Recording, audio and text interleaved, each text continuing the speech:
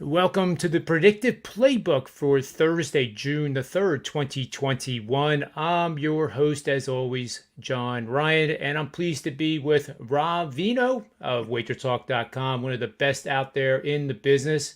And I can say that because he's one of my friends. And then we also have, it looks like Kyrie Irving and James Harden are joining us today. Very nice. Oh no, that's Tony Finn. Sorry, I probably wasn't funny, but I had to do it because Tony's backgrounds have been. Well, I guess they wouldn't be on the elegant side. But Tony, welcome to the live show here. I got us started right in the nick of time to avoid the having to Are we reset live? it. And yeah, we are. We're live. Yeah, Let me put my filter on then. Let me put my I have a pulse. Little Rascals filter on. Mm-hmm. I can't be calling people Spanky and Buckwheat, Alfalfa. Buckwheat and all Right. those politically correct names. right? It's a great show. Let's Yes, see. it is. We're not even live a minute and 10 seconds, and we're already at it. So it's all Key. good.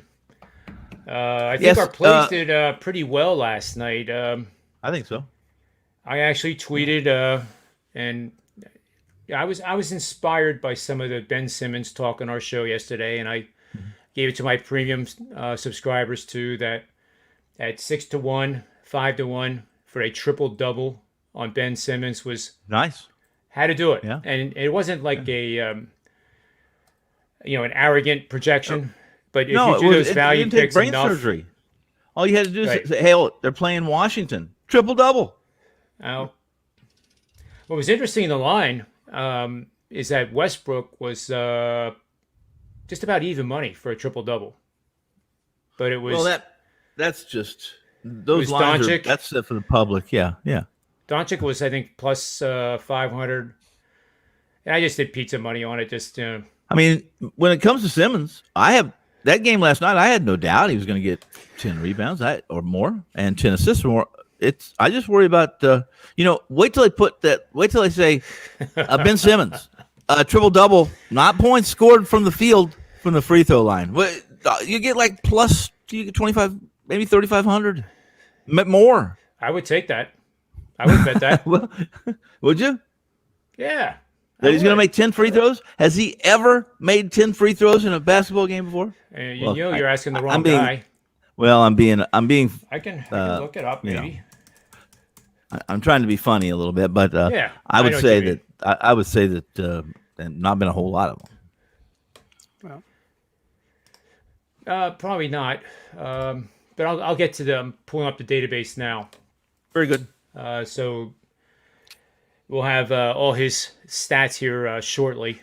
But how did you guys have good nights with the premium stuff? Well, I played the Clippers over because I thought the lineup change and the fact that Tyrann Lue had mentioned in one of his pressers, he said, we're gonna start Jackson instead of Beverly because he can. I think that will improve our pace some. And when I saw that and I saw the lineup change, and when I saw the score of the first quarter, I said, well, this is a slam dunk.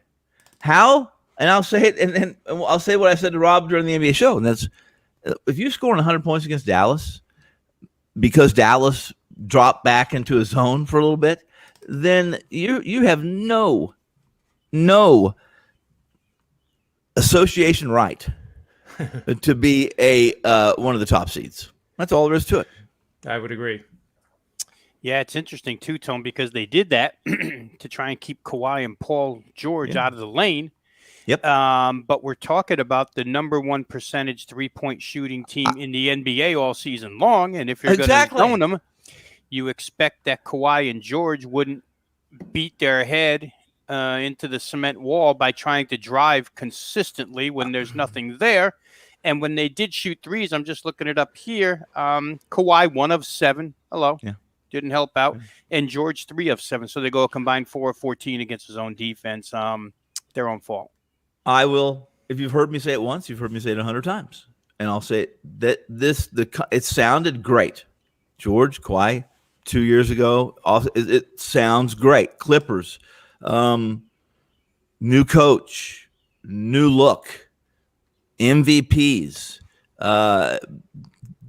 They are the team that's going to challenge in the West, to challenge LeBron and the Lakers. They have not lived up to their hype. I don't think even a fraction of what most people expected, even maybe what I expected. Not even a little bit. Yeah, especially in big games. I can't debate that. I cannot argue that point. John, a couple games back when Dallas was ahead 2-0 before Luka got hurt, and on this show and even on NBA Tip-O, we were talking about the Clippers have zero answer for Luka Doncic. Then he got hurt, and they had plenty of answers for him because he couldn't use one arm. Yep, but he was healthy last night, and when he was healthy again last night, they had zero answers for him again. 42 points. He single-handedly destroyed that team for 3 quarters. He came up pretty small in the fourth. I mean, Dallas went through a stretch in the fourth quarter where they missed 15 of 17 shots. Yeah. And LA still couldn't catch them.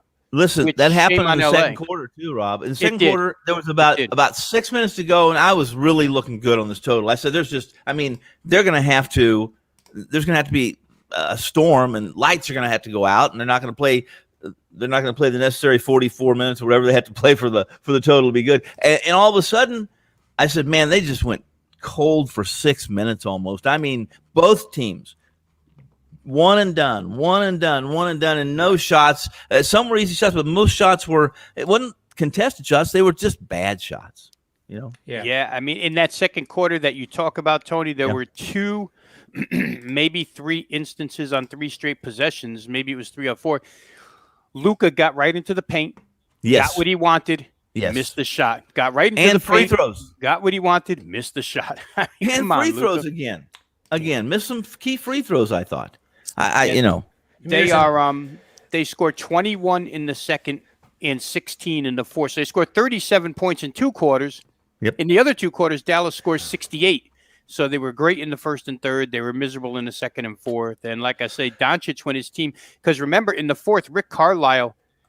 He didn't hesitate to get Luka back in the game in the fourth. That thing started tightening up, and I think with about 9.5 left, he brought him right back in the game. No more rest for you. But he couldn't even help his teammates. They weren't making shots. He couldn't make shots, and they survived. I mean, how about this? They're one Nicholas Batum point-blank layup from being tied with 30 seconds left. That's how bad they were offensively in the fourth.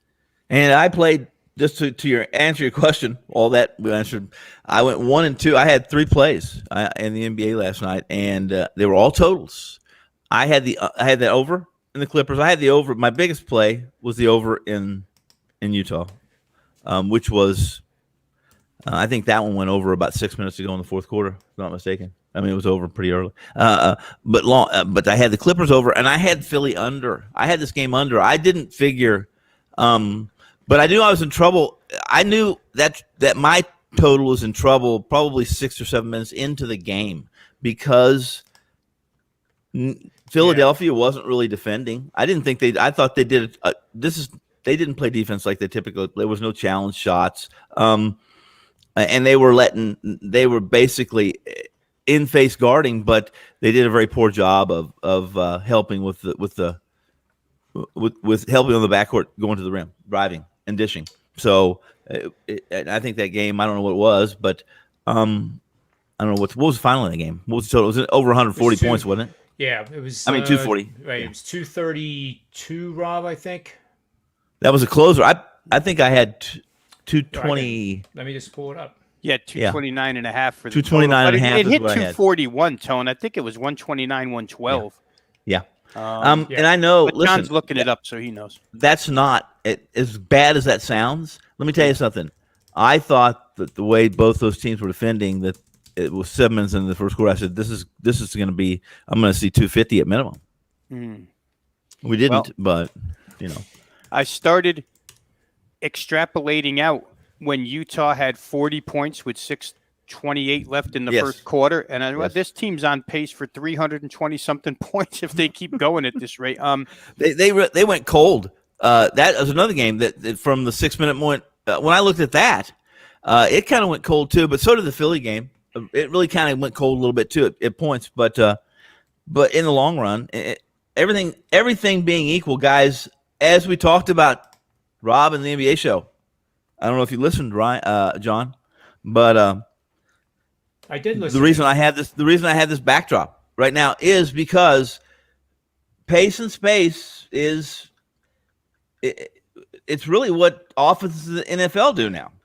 They spread the field, right, and they play it at tempo and throw the ball to quality to basically to guys who can get yak, and that's the 21st century. That's what the NFL is going to look going forward. What the Knicks do or what the Lakers do. Those teams are dead in the water. That's dead in the water schemes. Every once in a while, listen, the Lakers won last year because they got Miami, who is right. Look what Miami, they can't defend. Rob and I talked about it many times. Look what space and pace did to Miami's defense. I mean, Milwaukee tortured them. And real quick, just to add on to Tony's point, the football comparison is when you have a team that makes their living on the ground and you say, well, if they get behind 14-0, they have no chance because they don't have, the Baltimore Ravens are a great example in the NFL. Yes. We can use them, yes, right? When, as great as a whole boatload of people think Lamar Jackson is, when they get down 2 touchdowns, been proven few times, but every time they get behind, it seems to be the same result. Whether it's Tennessee in the playoffs, KC in the regular season, whatever. If you get ahead, they're dead. And that showed up with the New York Knicks last night, right? Atlanta's a pace and space team. Atlanta goes wire to wire because even though the Knicks, in one of those 5 games, they did come from behind with a big second half. They did it once. Yeah. But otherwise, when they were behind with their offensive inabilities and their pace, especially, there's never a sense of urgency with that team whatsoever to go quicker. You're dead. Right, Rob. You're right. If you look at John, if anybody's got stats or the audience that are listening, if you look at the Knicks and their defensive efficiency is one of the top 5 in the NBA. Good defensive. However, this team scores no fast break points. They don't score. They don't steal the ball. They don't score off turnovers because even when they turn you over, they grab the ball, they tuck it in their pouch like a kangaroo tucks their baby, and they wait for 20 seconds and they start their offense. Yeah. We made the joke one day that Thibodeau yells at him if they pass break points. Stop that. They're going to have to make some roster changes, and they'll add. Yeah, they got to be a couple of roster changes there because otherwise, when they're behind, they're gone. Yeah, you're going to do what Sean Marks. Right. Listen, Sean Marks had a lot of choices. There's a reason why. I don't know if much was written on it. I surely didn't read it. But if we examine what Sean Marks did when he went after Harden, when Durant was signed on, you got Durant, you got Kyrie, you got plenty of offense. You need some help defensively. Maybe a Patrick Beverley type player, one that could maybe score a little more than Patrick, or maybe defend somebody that's more than 6'5". But long story short of that is he went after Harden because he understands this is a general manager who's recently, not very long ago, played on a Portland team that was a pretty good a team that played at tempo. And I think he understands. I don't know if you guys agree with me, but I think he has vision, and that is what the NBA is going to be moving forward. Did you guys think, I was watching the Sixers in the beginning of the game, and we had talked about getting Dwight Howard in foul trouble because of lack of depth. Yeah. Seriously, do you think the space and the speed of the game prevented that from happening? Like you talk about spreading the offense and playing fast. I don't think he played much defense. There was a couple times when he intentionally put a shoulder into Fox. Yep. Tried to knock him down once, but for the most part, Howard's usually a lot more aggressive. I thought that maybe he had a directive, and that is, listen, I need you on the floor, and you're not to be physical. You're not to foul. At least try not to be so aggressive defensively because he's typically very aggressive, and he whines and cries about every single call. Oh my God, he never fouls anybody. Ask him. He never fouls anybody. It's like 80% of the NBA, though, isn't Yeah, I it? was going to True. say it's 700 Yeah. something players, and there's maybe two. I think Zion doesn't complain. That's one I Kawhi can never think of. Kawhi never complains. And He Maxey? Kawhi got doesn't mugged complain. yesterday and didn't get complained. Right, he gave the ball back and walked away. Yep. Yeah, That's right. There's two out of 770 or Yeah. whatever. Well, I would put Maxey in that list. Yeah, maybe Well, Maxey. But Maxey's not a very good sample because he's been in the league about 5 minutes. Wait a little on him, but we'll see enough crying tonight because LeBron will be on air. So you'll see Oh my enough God! crying. Nobody does it better.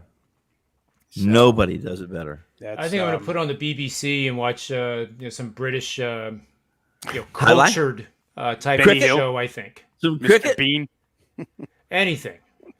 But I don't want to Benny watch... Hill. Benny Hill. Yeah, Benny Hill. Benny Hill. Red Skill. Benny Hill was good. I don't want to watch the NBA version of the ballet. Well, the ballet doesn't cry. That's a bad analogy. Well, you The can watch You know what I'm Denver, trying to say, Portland. though. I mean, a Denver, Portland, if nothing else, is entertaining. Oh, Oh, yeah. yeah. And listen, there's no bigger. The Chris Paul of big men, Jokic. He will throw. If he sees you breaking the law, he will be the first guy to call the police. I assure you, if you're speeding, if you jaywalk, if your foot is over the line at the free throw, he turns around there. Look at him. He's a centimeter. Jokic is getting a little bit. I think also one of those guys that is really starting to feel entitled. Probably deserving, but players that feel like they're entitled are hard for me to stomach. Hard for me to watch. Well, it goes. I mean, he's 22 years old and he's terrific, but Luka Doncic cries over everything. Oh, he does. You're offensive absolutely player, right. You are absolutely right. Luka, I mean, he whined his way into 15 technicals this year, right? Next one, he was going to be suspended a game. I mean, he just complains. And again, with some of those guys, a lot of the time it's not warranted to complain, but the game moves at such a rapid speed that these block charge calls, I mean, we see it every night, guys, right? We get the privilege of slow motion videotape replay and then you can figure it out. These refs have to do it on the fly. And it bugs me that they complain every single call. I don't like it. I don't like it. I don't like it. I never have. I'm of that Marcus Allen school of thought. You don't, just act like you've been there. And if you get a call, listen, you're not, maybe they believe, I think it probably does. LeBron gets a lot of calls because I think the officials hate putting up with his crying as much as we do. Well, it works that way in football. I mean, they call them sideline calls, right? If there's a foul on one sideline, that sideline, they get the call. I mean, it does. The biggest mouth usually does get, but, there's some referees who don't fall into that. And we'll see. But there's complainers all over the NBA. Some worse than others, but they're there. Well, the flopping's getting ridiculous. I mean, it's getting to be soccerish, and there's no worse actors in the world than soccer players. They try really hard, but I mean, those flops in soccer, it's like we do have instant replay, Messi. We did see that you weren't even close to being touched, and you're acting like somebody told you it was iced tea and it was moonshine. I don't know. Well, let me say this LeBron quick, should John. have been a soccer player then. Yeah, maybe. Let me say this quick so you can talk about the 76ers a little bit, John. Last night, to be honest, there probably were no bigger New York Knicks fans than the Philadelphia 76ers. I mean, Philly probably wanted nothing more than for the Knicks to extend that series so that Joel could have a few extra days. Yep. And instead they go down in flames. Back to what we were talking about real quick, how everybody did last night. John, you were with me and Tony Mejia yesterday on the show. And neither one of me or Tony would comment on the Utah game very much because, as Tony Finn, we both had huge plays on the total. Mine happened to be first half, which got there real easy. But I had the Knicks first half, -1, thinking that in a do-or-die game at home with that Garden crowd, if ever you're going to do something and show some heart. But back to Tony's point about if you play slow and that prehistoric type of offense, they got behind from the get-go, and never that team went wire to wire, to use a horse racing term, wire to wire. Atlanta and the Knicks were never in it. Before John goes to your Philly, John, I want to ask you something. Do you know who the top 4 isolation offenses are in the NBA? They're the most successful isolations, which means they have the highest isolation rating as an offense. 4 of them, the top 4. Can you just guess, or you want me to just spit it out? I spit it out for a reason because Lakers? I'm going to reference Philly. No, not Dallas the Lakers. Dallas had to be one. Doncic. No. Nets. Let's just call it Nets. Assist the Nets to a field goal made. Isolations. Isolation. How's that defined? No assists. No, basically isolation is okay. It's one-on-one basketball. Right, where you're basically going off screens. Maybe it's a single screen, maybe it's a double screen. Those kind of isolation offenses. Take your man, yeah. The Nets, Washington. Those Milwaukee, 2 make sense. Milwaukee. Who they run an ISO for in Milwaukee? Giannis. I mean, the rest of those guys don't run ISO. Middleton. I don't know. Yeah, but let's put it this way: Philadelphia actually had the best record, not only straight up, but against the spread, against isolation offense teams. And who did they just annihilate? It was Miami's the other isolation offensive team. And not Philadelphia or Milwaukee did. They played the. Long story short is very few teams run that ISO offense, but the teams that do run those ISO offenses, all of them, all 4 of the top ones, playoff teams. It's funny you say that, Tony, because in the fourth quarter last night, it looked like Rick Carlisle went back to that, 4 low, Luka pound the ball, and that ISO offense that he was trying to get rid of end of season when, we talked about it a lot when he wanted to pick up pace with that team because that isolation offense with Luka just pounding the ball was no good. And again, it was no good last night. But for Philly, and I mean, John harps on this all the time, rightfully so. I mean, when you have those kind of defenders that Philadelphia has, man-to-man defenders, you can defend an isolation offense damn easy. That's right. And Beal and Westbrook, no such luck or not as much luck getting into the lane and doing their thing against a defense like that. Yeah, and that's one of the problems that's one of the reasons the Nets are where they are, who they are, and why they are favored is because you have 3 guys, or at least 2 of them, right.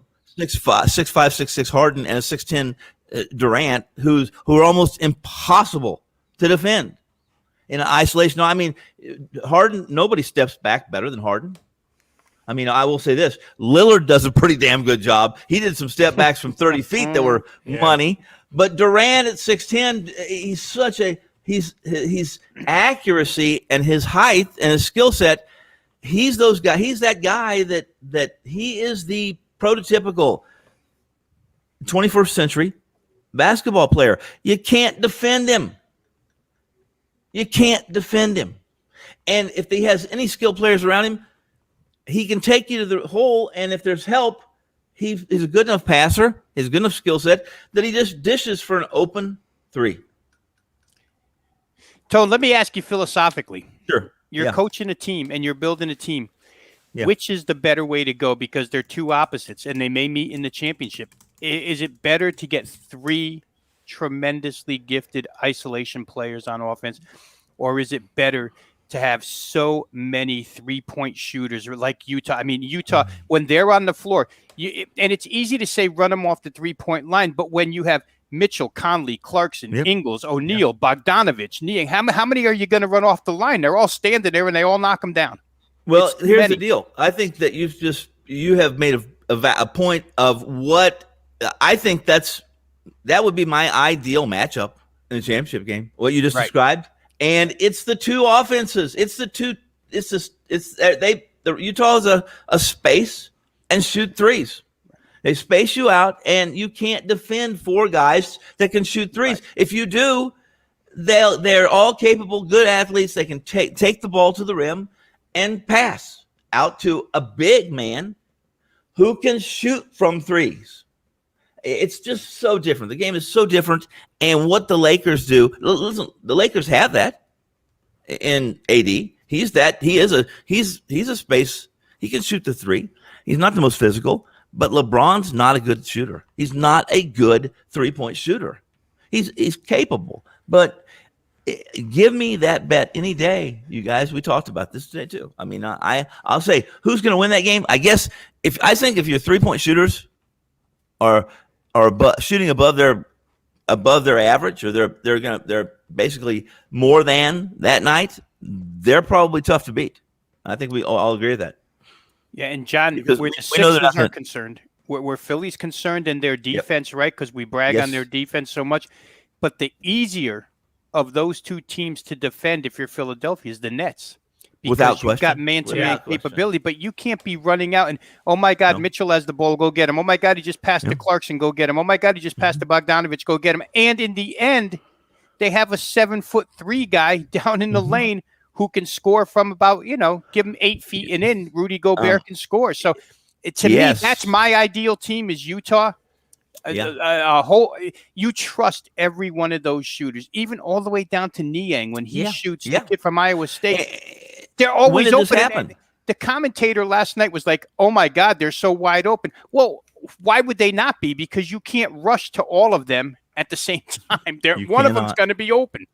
And the way they move the ball, it's great. This was a Utah team that was defense first, defense heavy, until they went to the bubble, until they had that pause. Remember, we had show after show, Rob, that Snyder said, we got to make some changes. We got no bigs. Right. All their bigs were hurt, and we're going to sacrifice defense to play at pace and shoot threes. And wow, does Snyder actually look like he can't possibly that guy that was coaching the Missouri Tigers. Cannot be the same guy. And to add to their offensive capability, guys, I mean, if you close too hard on Donovan Mitchell, he's going past you. If you close too hard on Mike Conley, he's going past you. If you close too hard on Jordan Clarkson, he's going. They have guys that, I talked about shooting the threes, but these guys can all get to the rim as well. They just have so many facets to their game.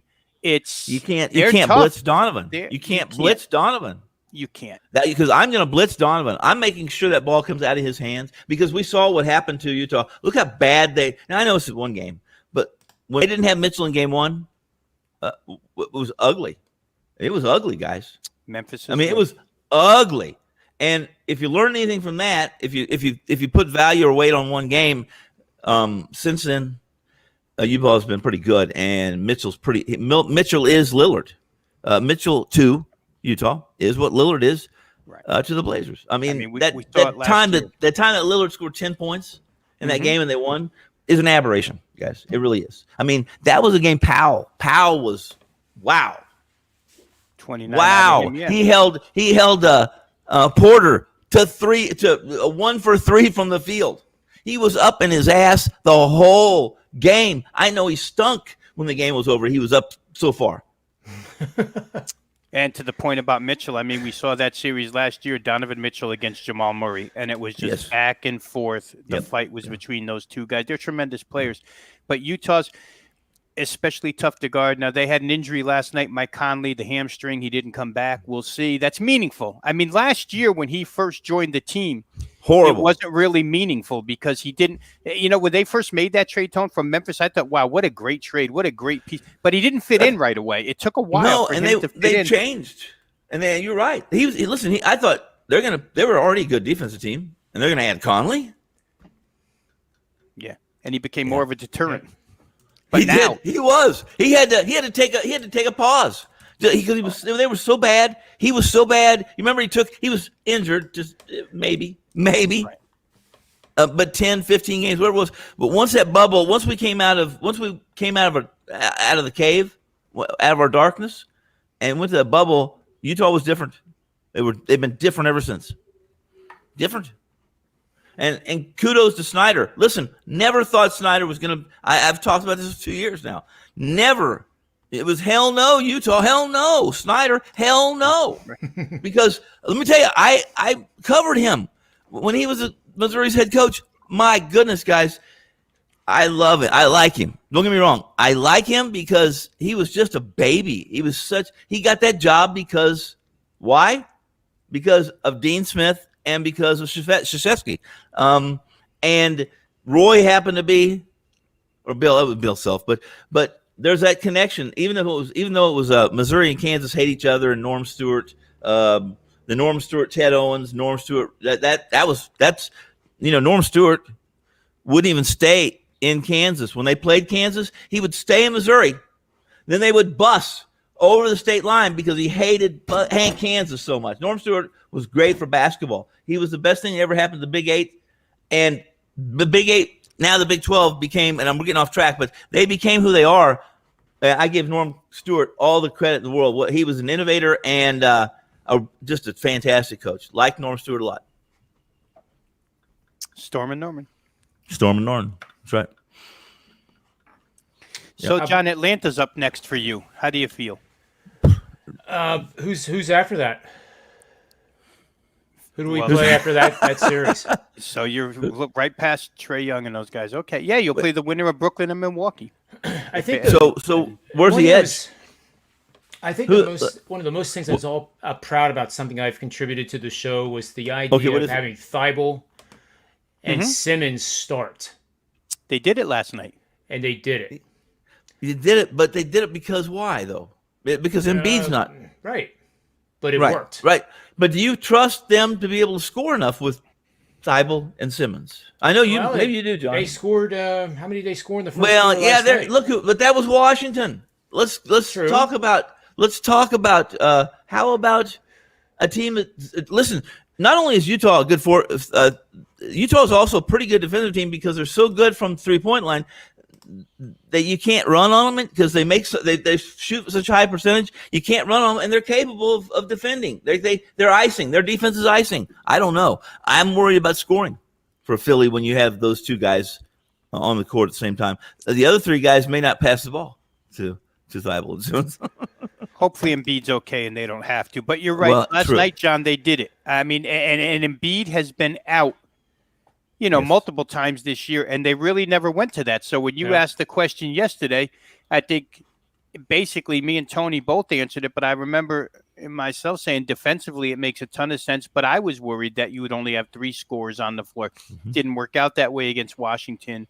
If Joel has to spend any more injury time on the sidelines, I think they probably are confident in it after seeing what they saw last night. But again, the Hawks aren't the greatest defensive team, but a Nate McMillan-led team with the pieces that he has can play a lot more defense than the Washington. Scotty Brooks doesn't believe in defense. Nate McMillan starts with defense. So it could be a little bit different with this team. They've got guys like DeAndre Hunter, University of Virginia, learn how to play that pack line defense. They're very, very good. Capella. It'll be a little different. Like I said, they're not the greatest defensive team in the world, but at least they have a head coach who has a philosophy and a defensive game plan, much more than Brooks, who is, at least at this stop. It wasn't quite the same at OKC, but at this stop in Washington, he's been more of a roll out the balls type of coach and let's outscore the other team.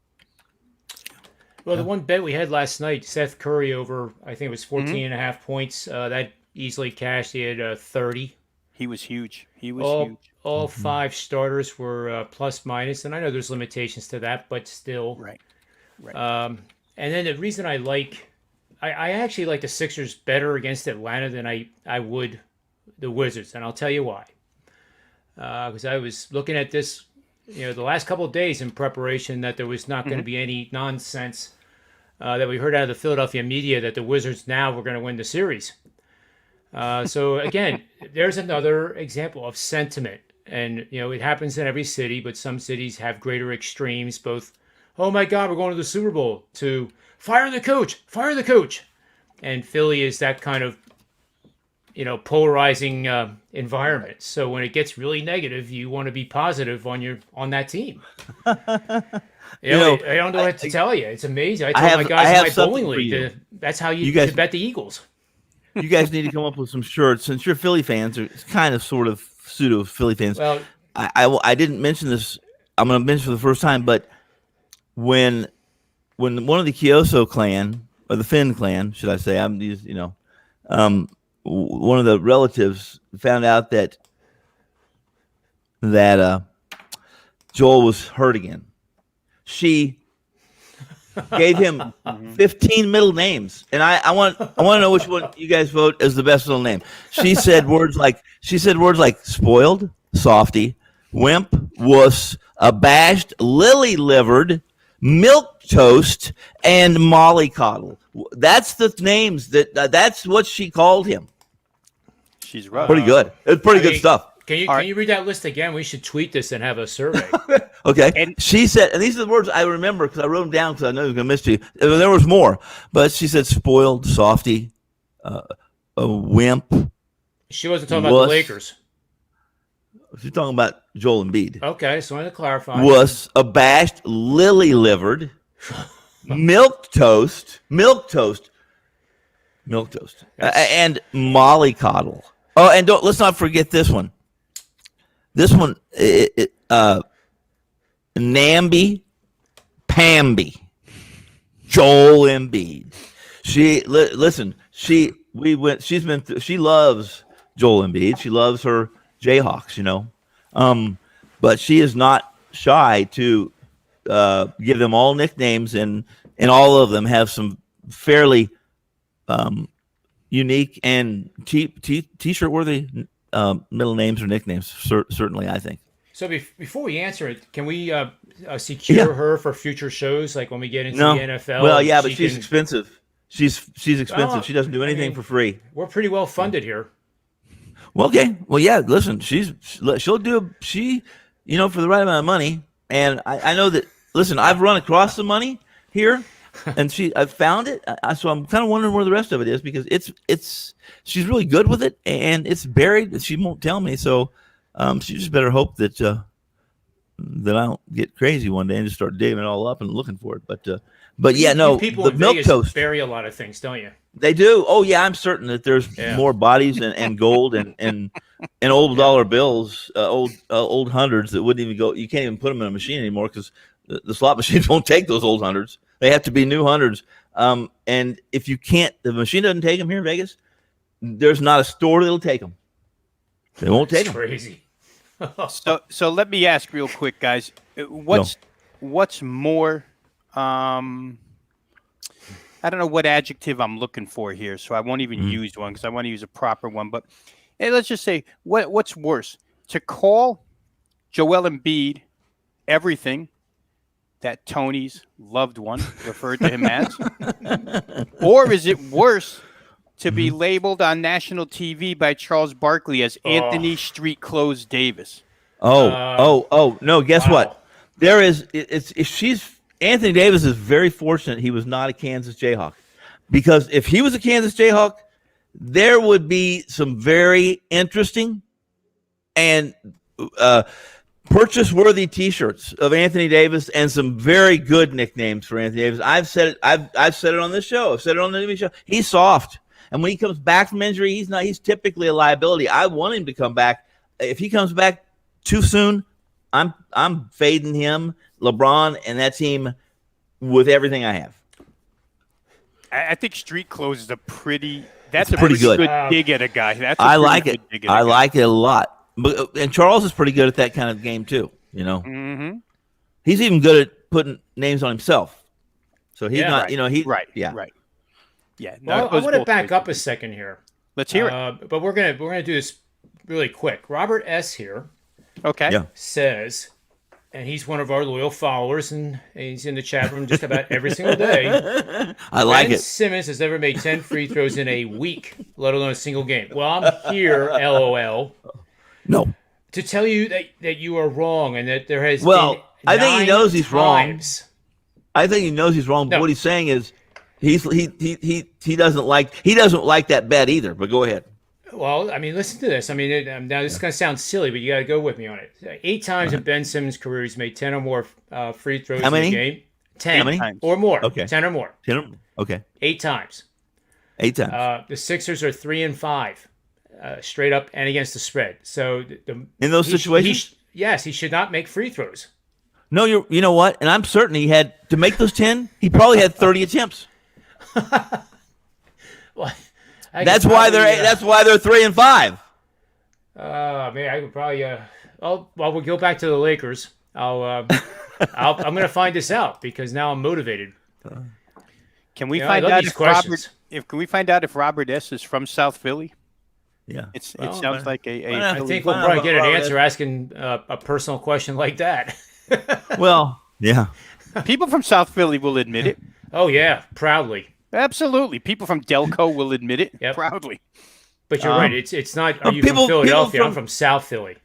It's Right, only right. people I'm who are from from North South Philly. Columbia, Missouri, that will not admit that because they're hillbilly. That would make them a hillbilly. South Columbia, Missouri. Is there a South Columbia? No, I mean, there's not. yeah, there's that's what I was not. gonna But say. it's the Ozarks. That's what I say. If you're from South Columbia, then you're from the Ozarks. You know, Just up the road a ways. and I listen. I have got to stop this with this hillbilly and Missouri and Ozark thing because you see I spent a lot of time down there myself, so it's like calling the kettle black, but it's the pot calling the kettle black thing, but it's absolutely accurate. The money that's down there and the Well, so much money. Riding an old golf cart with with a barbecue grill in the back end of it. I don't know. I don't get it. Listen, Ty Lue is actually from that little-known town as you're driving into Columbia called Mexico, Missouri. Yes. About 2 or 3 exits before. And he grew up a poor African American in a Latino city. I mean, that's why he's tough. Why is it? the rumor I've been hearing, though, and it's unconfirmed. This is unconfirmed. Is that Mr. Finn has a sizable investment in the Netflix series Ozarks. Well, no. But he's not allowed to promote it on any other platform except for the ones that he's authorized to on his contract. And this is strictly rumor. One season left. That's it. But here's what I'm invested in. You want to know a series I'm invested in? I don't have time to do that. But I'm invested 5 years later. I'm still waiting for Tom Hardy to finish writing Taboo, season 2 of Taboo. Did you ever see season 1 of Taboo? No. Do you feel better about yourself? Huh? Tom Hardy. Who doesn't like Tom Hardy? I don't know, but you watch shows that make you feel better about yourself. So I'm only not this. Well, this one just makes me. This one brings back memories of my childhood. Tom Hardy is a Jewish mobster in Taboo. He's not really a Jewish mobster. He's a Jewish mobster in Peaky Blinders. I love Peaky Blinders. Do you know when he's the Jewish mobster? That character is the best. Tom Hardy's fantastic anyway, but in Taboo, you see that's a Taboo. If you haven't seen season 1, everybody listening, and you like Tom Hardy, you've got to see this season 1 because you'll be just like me. 5 years. I asked my wife, I'll sit at the table, they'll be watching some stupid show, and I say, when's the second season of Taboo? And she's so tired of hearing me say it that she almost throws up a little bit in her mouth and starts yelling at me. Do you watch Peaky Blinders, John? I've seen them all 3 times. That was pretty deep. That was pretty deep there. Yeah, I had to have a translator. Not as deep as Ozarks, though, but that's like the crime organization Tony Finn runs back in Kansas. Well, he owns the horse tracks. I did grow up. My mentor, my grandfather he ran all the games and he in his territory. He ran all the games, and he had the FBI in his pocket. And one day, the agent, I'm not even going to say his initials. I'll just tell you his name's Agent Sapp. Came to him one day, and I remember I was young, little kid, my 9 or 10, and said, "John, you got to quit. Too much pressure on me. You got to quit. You can play anywhere. You have to quit running." Well, he already had another business. He had a union painting business. He did all the union jobs because it was in somebody else's pocket, and I'll never forget it. He sold everything. He sold all the buildings he had around town that he used for the craps or the poker or whatever it was, and life was never the same for me because I really enjoyed my Saturday nights late out with Grandpa, watching those guys smoke cigars and drink whiskey and play poker and craps and characters. The stories some of the stories that I lie about now are the lies they told me then. So it's the Al Capone of Kansas. Well, we didn't go that far, but my grandpa did. God rest his soul. He did have this. I mean, nobody messed with him, mostly because he had the sheriffs too. But one time, one of the union reps came. I'll never forget this. He came and pulled a gun on my grandfather. My grandfather pushed him off the second story of this building. Yeah, pushed him off and almost killed him. And they didn't charge my grandpa. They charged the guy for carrying. He didn't have a license. He wasn't licensed for conceal and carry. And he's the one that landed on his back. Broke his back. So it was that's what we had. That's the Ozarks. That's that Peaky Blinders life, that absolutely. Peaky Blinders a little bit, a lot hairier, obviously. But it's Hollywood, so. Right. Yeah.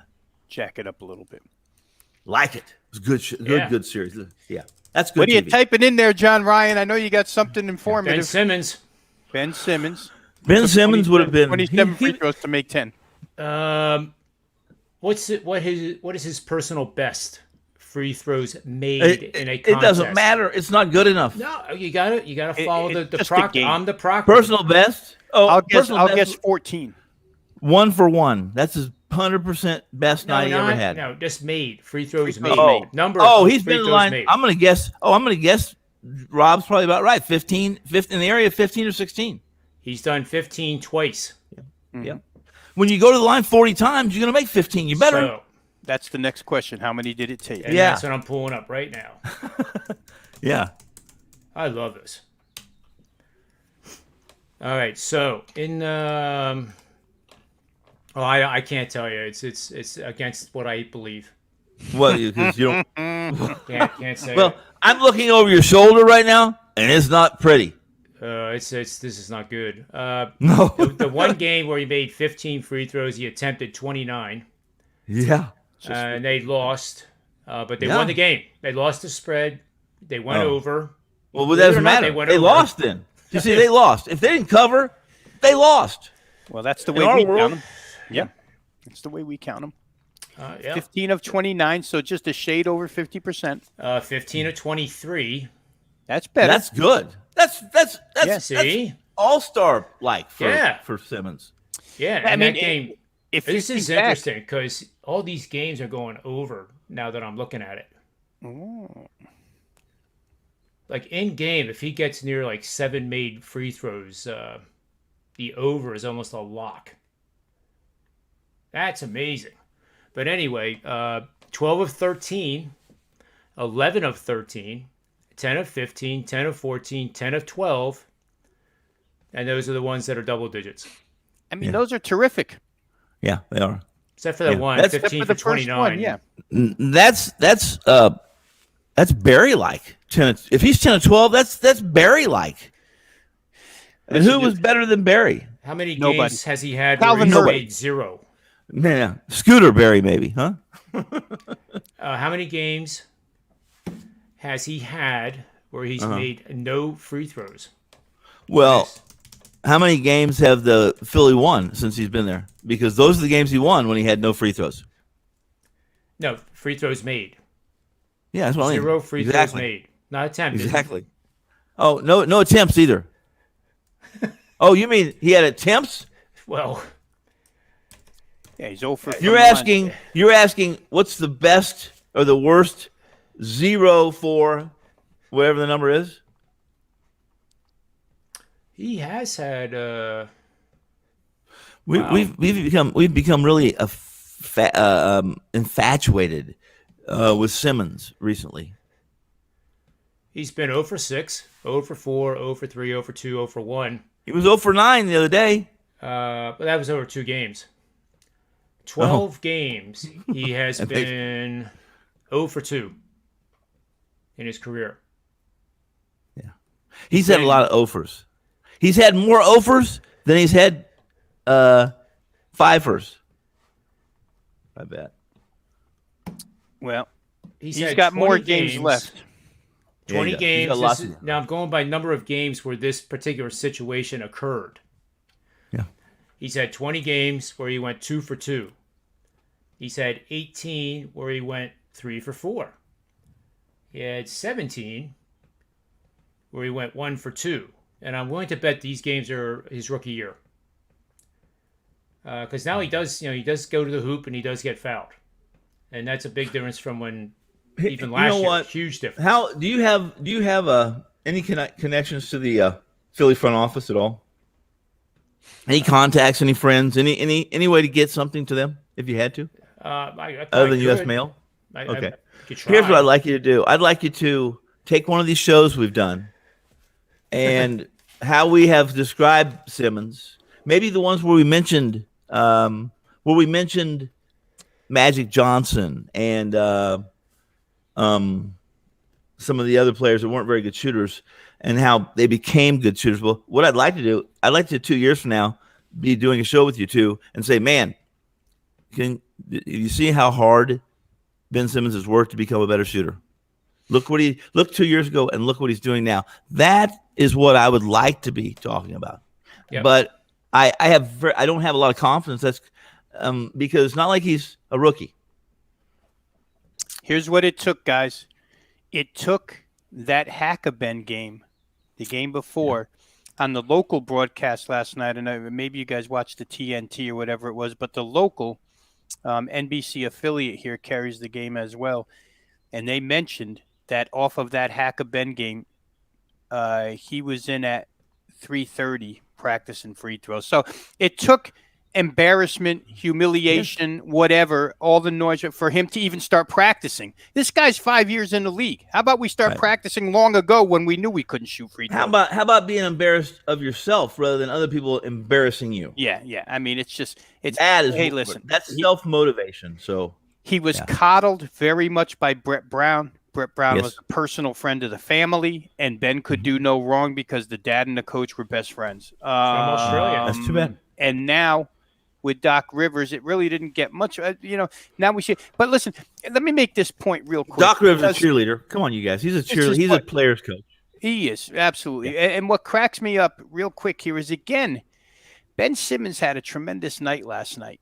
And all the people who love Ben Simmons immediately, when that game's over, want to throw it in the face of everybody who doesn't support Ben Simmons. But none of the arguments against Ben Simmons came into play last night. A, it wasn't a close game. It's a blowout from third quarter on, so he was in no tough situation. B, he didn't have to go to the free throw line in the clutch last 4 minutes of the game because they're winning by 20. C, he wasn't needed in half-court offense at the end of a game where he's a non-factor. So none of the arguments that people use against Ben Simmons even were remotely in play last night. Yeah. Yet because he's got a great stat line, the Ben Simmons supporters, their flags are flying 100 miles high. Yeah. Nobody's disputing that. Nobody's disputing that Ben Simmons could record a triple-double in a blowout victory. Nobody. He could do it any night. I think what they dispute and what they hate about Ben Simmons, or what they dislike about Ben Simmons in this town in particular, the fan base, is in late game situations. What are you going to do for me when you can't make a free throw and when we can't pass the ball to you? And that didn't come into play last night. So who cares what he did? In all honesty, it doesn't make – if you're honest about the guy and you're fair both ways, it shouldn't make your opinion of him any higher, any lower. Last night did nothing to shift the tide. Nothing. I like Ben Simmons. I think I like, from what I know of him and the people I know that know him, I like Ben Simmons. However, you described it. You outlined it. Here's the deal. I want to say, here's why I really like Ben Simmons. How hard he worked to become a better shooter, a better all-around player, a better asset to his teammates, to his team. To the man that's writing big checks for Ben Simmons. And all three of us know that the day that happens, he'll go to the Hall of Fame. I mean, but he's running out of time. He's running out of time. Yeah, he's wasted some years. There's no question he's wasted some years not working on his deficiencies. No question. Yes. He's played to his positives, and in a lot of ways that's great, but it doesn't make you a number one on a team. It doesn't make you a capable option in the last 2 minutes of a tie game. It doesn't make you a guy we trust at the free throw line in the last 4 minutes of a close game. It's a pigeonholed argument. It's a very, very small subset argument against Ben Simmons. But he has yet to prove that any of that is untrue. And last night did nothing to prove that it was untrue. We'll see. He's going to get into some close games down the road again, and we'll see what he does. And here's the deal. You've already pointed it out, both of you, or especially you, Rob, and that is that Ben Simmons is one of those guys that doesn't necessarily seek the ball out when the games needs to be in somebody's hands and somebody's skill set. Let's tell me anyone who thinks that Lillard doesn't want the ball. When he's afraid to do it, he's not afraid of missing. Not afraid. He's not afraid to fail. And the problem with Ben Simmons right now, listen, I give that's a hole I think LeBron has in his game. If you look at his late game, he doesn't take the ball to the rim late in games. Why? He doesn't want to go to the free throw line. And he that's a lot of years, Tony. That's a lot of years worth of that. 8-10 years worth of that. That's right. This is going to be the highlight of the show. What I'm going to share my screen, and hopefully what I intend to come up will come up, and not the other things. Love it. So let's see here, right here. All right. Now watch this.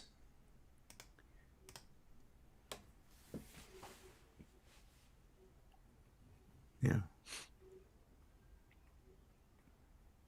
I love it. Everybody's quiet. Everybody's quiet. Well, and here, my question is, what's this? What are you showing us this for? That he has the ability to do it. I mean, look at this. It's soft. Never said he didn't.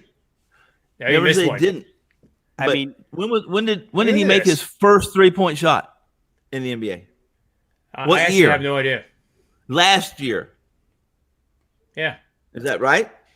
I have no idea, but I can tell you. I can look it up. Well, my point is that that's practice, as my good friend would say. Practice? We talking about practice? Yeah, but that guy could shoot a 3. Well, he also played for Philly, didn't he? Yep. In baseball, he also played for one of the best top 5 coaches of all time. Larry Brown. Wow. Larry Brown. Major League Baseball, what we're seeing here, they call this guy a 2:00 hitter. It's a guy who shows up at batting practice and hits ropes all over the field, and then he comes up in the game and goes 0 for 4. John, because we live here, we've seen this multiple times. Ben in practice working on threes, but I think the point for the fans. And again, I'm not a Philadelphia fan. I mean, but the fan base is as passionate as you can get. And for the fans, they want to see that in a game. I mean, do you remember when they had Markelle Fultz, John? Yeah. And then the crowd would chant like, just shoot the ball, shoot the ball, shoot the ball, shoot the ball. He was paralyzed. Yeah, he was. Yeah. Absolutely. And the crowd just wanted him to shoot the basketball. And I think they would get behind him so much if he would go 2 for 8 from 3, but at least put up 8 threes and go 2 for 8, they would love him for it. But he just refused. It almost, I don't know. I'm not going to get into his head and try and figure out why. But if you can do it right there, you can certainly have an attempt during a game. I mean, there's more than once where you're going to be open to shoot threes. The other team's going to let you. Here's the paralyzed part, guys. It's really simple. Do you really want to take your clothes off and walk through the grocery store? No, God, no. Okay. Well, okay. I hear it's done in Vegas.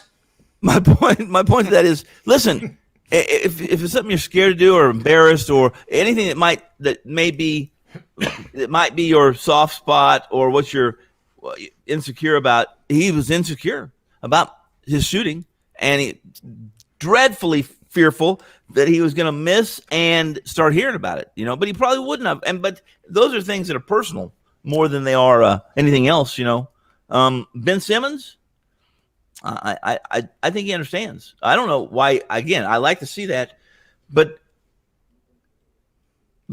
listen, Magic Johnson was worse than Ben Simmons. Horrid. As far as a shooter goes. He was, but when he found his strengths.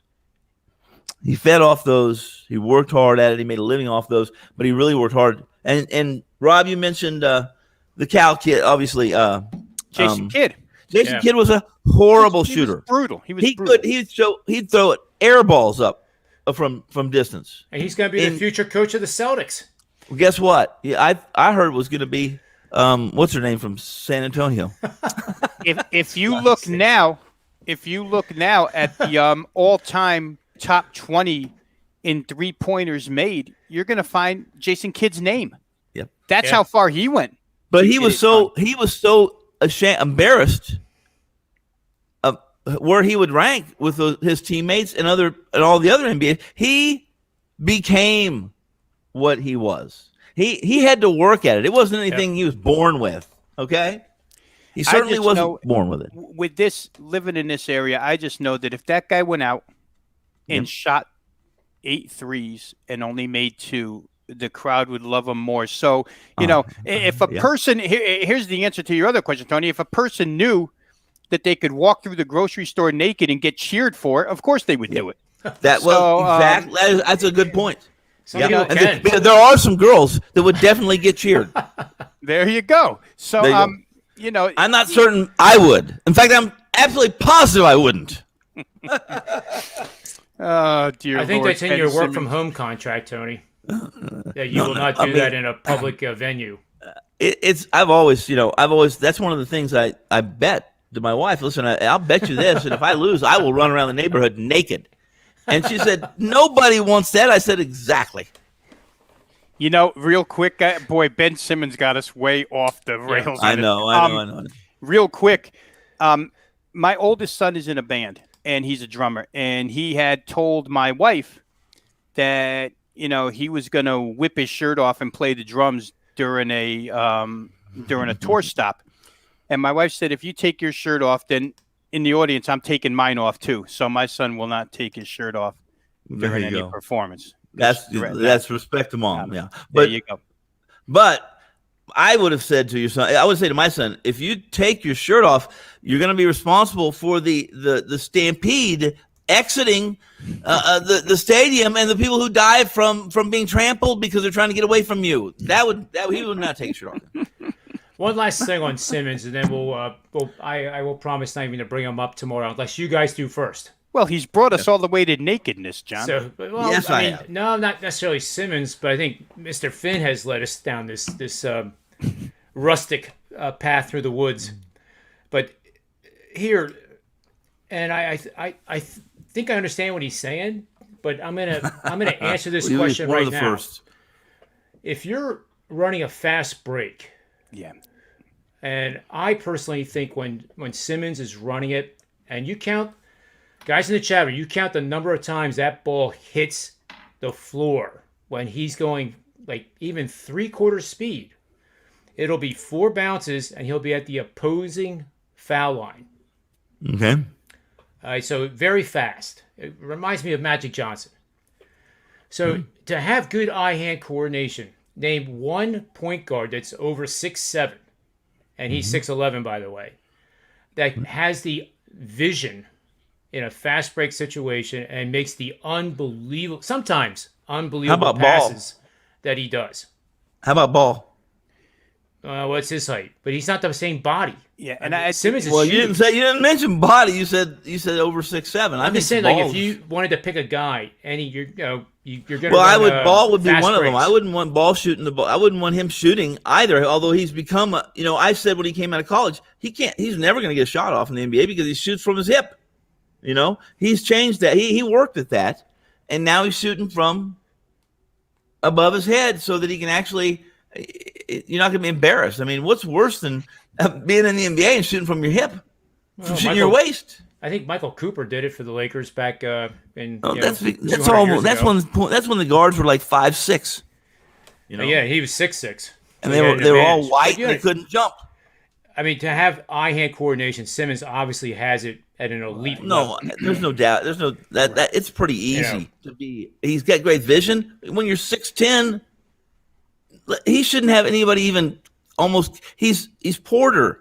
If he could shoot like, how good would Philly be if Ben Simmons could shoot like Porter? Imagine Steph Curry being 6'11". Well, that's just impossible.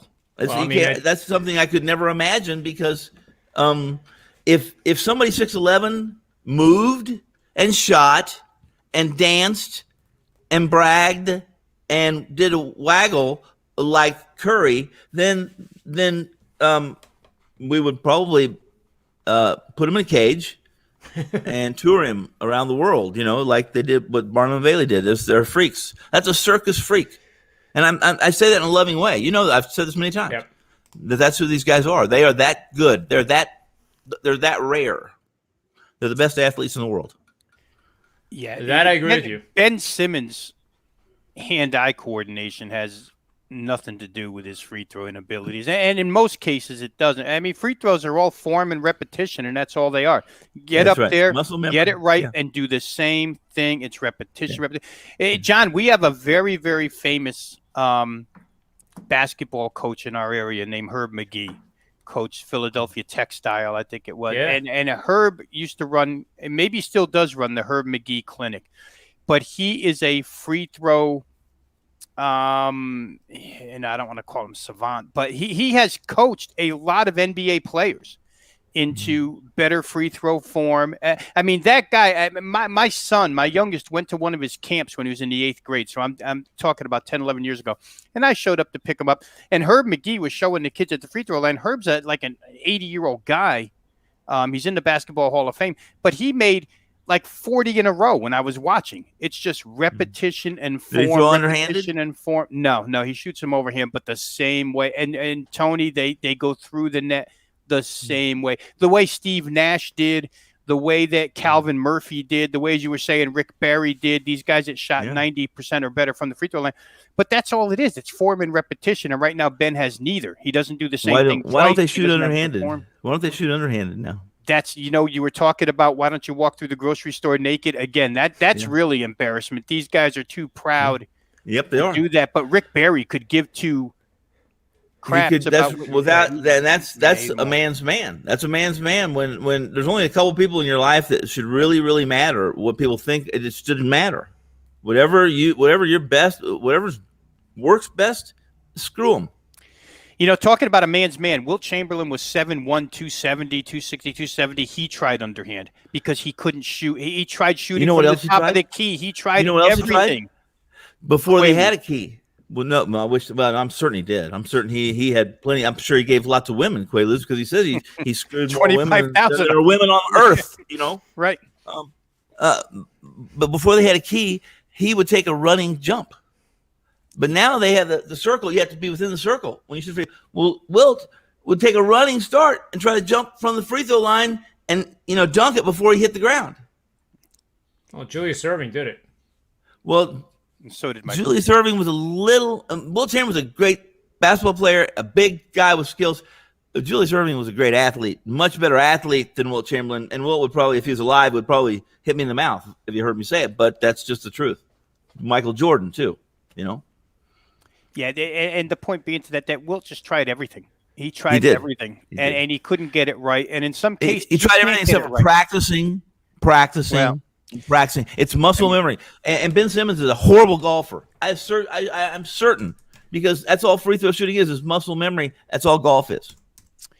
When the game comes as easy from a point production standpoint as it did to guys like Chamberlain, who played in an era where there was one man close to his size, Bill Russell, that could defend him or at least attempt to defend him. When it comes that easy and you can score 50 blindfolded, really, and when it comes as easy as it did to Shaquille O'Neal, who was blessed with, the ability to run the floor at 7'3", and then I mean he couldn't play. He couldn't score any more than 8 feet away from the rim, but it was so easy for him to score at the rim. And his free throws, it didn't really end up ever costing the Lakers. But I don't know that it comes as easy to Ben. The offensive end of the game doesn't come as easy to Ben. He needs free throws. You're right. He needs. Wilt Chamberlain could do anything. He would tell you before the season started. He said, "I'm just going to lead the league in assists." A center led the league in assists, and not just a couple assists. I mean, ridiculous. Scored 100 points in a basketball game, right? How many average per game that year? 50? 50.4. He had 55 rebounds in one game. Right. I mean, my kid was looking up some stat lines, old stat lines of Wilt Chamberlain the other night. Games were 22 assists. 22 assists, that's 7-1. and he's a world-class volleyball player as well. He's a world-class ladies man and a world-class globetrotter. Yeah, he just, there's a few more guys his size nowadays. Yeah, right. Yes. But when he played, it came easy. When Shaq played, it came easy, and the free throws didn't really crush those guys. Nope. Ben can't score as easy as those guys could. Nope. Ben's never going to average. But Ben still can take any guard in this league to the rim. He should be able to. And if you can do that, and I know you can't shoot, I'm going to make I'm basically going to make a pact with the second rotation guard behind me, and we're going to foul him every time he's next to the rim. You do what they do to Giannis. That's all. Do what they did to Giannis. Yes. Until they prove it. And Giannis, he's a great example, right? Again, guys, he tries, 6'11", man. He works. He got no shot, but he tries. And I think that if the Philadelphia fans had Giannis, they would be in love with Giannis because Philadelphia is that blue-collar fan base that just wants to know that you're working. And that's, those who don't like Ben very much, I think, point to that as well, that they don't believe that he works hard enough for the money that he gets paid here in Philadelphia. No. But Giannis is a great, great comparison to Ben. They could be the same player. I just don't think they have the same work ethic. They don't. And Giannis is a guy who wants to be. Listen, he believes he is the best player on the planet. He wants to be that. He wants to be an MVP. I don't think Simmons has any of those ambitions, or he would already be doing the things we're talking about, or already had done them. He would be a better shooter. Yeah, you know what, John, real quick, the comment that said you can't teach hand-eye coordination, the part that you can't teach is what we're talking about now, the desire, the want. You just can't implant that into Ben Simmons. Right. With Joel, it came, right? Joel's a different mentality now. Different he wants to be Joel that has guy been now. playing basketball for he only started playing basketball yesterday. The soccer player. He's a friggin' soccer player. Yeah, and in this, he was interested in video games overnight a lot more than he was being. And then he got called out by Barkley and Shaquille, took it to heart, didn't get mad at him, took it to heart. He's a different mentality now. He wants to be a champion. Gets right off the floor when he's hit. Married, he's a baby. He's a baby, and that baby, since he's had a kid too, he treats people differently on the court. Officials different. Everything has changed, and that happens when you grow up. And understand that he wasn't that. Listen, when he played for Kansas, we could tell he was going to be a good player, guys. But he wasn't very good. Why? Right. And he'd been playing basketball 2 days. Yeah, Simmons needs that evolution, the same as Embiid. Yeah. And if Joel could somehow, as a teammate, convince him into it. Maybe that's what it takes. I don't know. We'll see. But Joel's a great example, and Giannis too, of guys who want to go to the next level and are working at it. Joel's fantastic. He's also the difference. Joel's become. I kind of teased when I covered him in college. He was meek, soft spoken, and meek. There was an evolution where he became a little more brash and a little more mouthy and a little more confident and cocky, and all that comes when you finally realize you're better than everybody else, and you work to get there, and that was Embiid as well. But he said some things and acted out on the hardwood, the NBA hardwood, that shocked me at times because he was nothing like that as a player at Allen Fieldhouse and Campanile there in Lawrence. Yeah, Hakeem Olajuwon has had a history of working with these big men. I don't know off the top of my head whether he's worked with Joel or not. Maybe he has, or Giannis either. But Danny Manning worked with Joel, and Danny Manning is look at some of the big guys he has coached.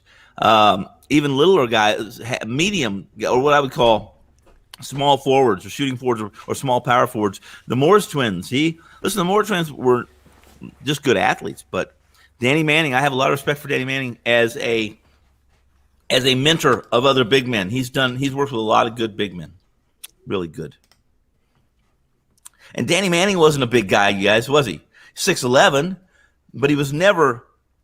He never looked like Moses Malone. Yeah, he wasn't a rail either, though. No. Like I look at Kristaps Porzingis, and Kristaps Porzingis looks like something I go. He needs a sandwich. Someone needs to give him a couple sandwiches. Absolutely. So last and foremost, we always go to the numbers, right, guys? Yes. Mm-hmm. Ben Simmons, the 76ers are 25-8 straight up, 20-13 against the number, 17-13-3 to the under following a game in which he had a triple-double. I wonder how the amount of days off that they're going to have applies to that. I don't know, but we have a rule. Tomorrow we have a rule. We are not allowed to mention Ben Simmons' name. But one more, Tony. I just got to get this in because of my fix. Go ahead. I said tomorrow. Unless we change the host, that isn't going to happen, Tony. Go ahead. It's going to happen. It's my show. Then I'll do a monologue on Ben Simmons. See, It'll be called the Ben Simmons Show instead of Predictive Playbook. I'm sure we need Johnny him will on. go along with it. We need to have him on one day. Come on the show, we should. Ben. I think we should. Well, if he's brave enough, bring him. Oh, he's going to get a little love from me. Yeah. Well, he's going to get some love. I'll give him some love, but I'm also going to give him some tough questions. If the following game, after a triple-double by Ben Simmons, is at home, 17-2, 14-5 against the number. I don't like those. John. I feel like John Ryan subscribers should be on the lookout for a 5% play coming. No, I can't do it because then they'll lose. I'm going to send a drone to John's house in through his window and make sure that Ben's not sleeping with him at night. Right? But it's and it's just John is a microcosm of what goes on in this city, Tony. That's I was saying yesterday. It's like a political divide. It really is. Yeah. And nobody will. If you like Ben, you see only the good. If you don't like Ben, you see only the bad. And there's very few that can say what I've been saying for a week now. What he does is Hall of Fame level. What he does good, but what he does bad is absolutely miserable. And that's the 100% truth of it. Is he does have shortcomings and he's got greatness as well. Period. End of story. I bowl in some bowling leagues in the area, suburbs, and don't hold it against because I know there's a ton of bowling alleys in that Vegas and Reno area. Oh yeah, well yeah. The casinos have bowling alleys. I love bowling. Yeah, I mean the one there's 5 minutes from my office here. It's in a casino, one of the bigger private casinos. It's not even a private casino, but it's one of the smaller corporate casinos. They probably have 10 or 15 big casinos here in town, and around other cities in Nevada. But I think there's 50 lanes.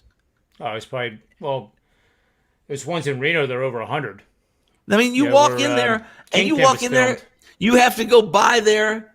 They got bowling on one side and bingo on the other side, and guess what?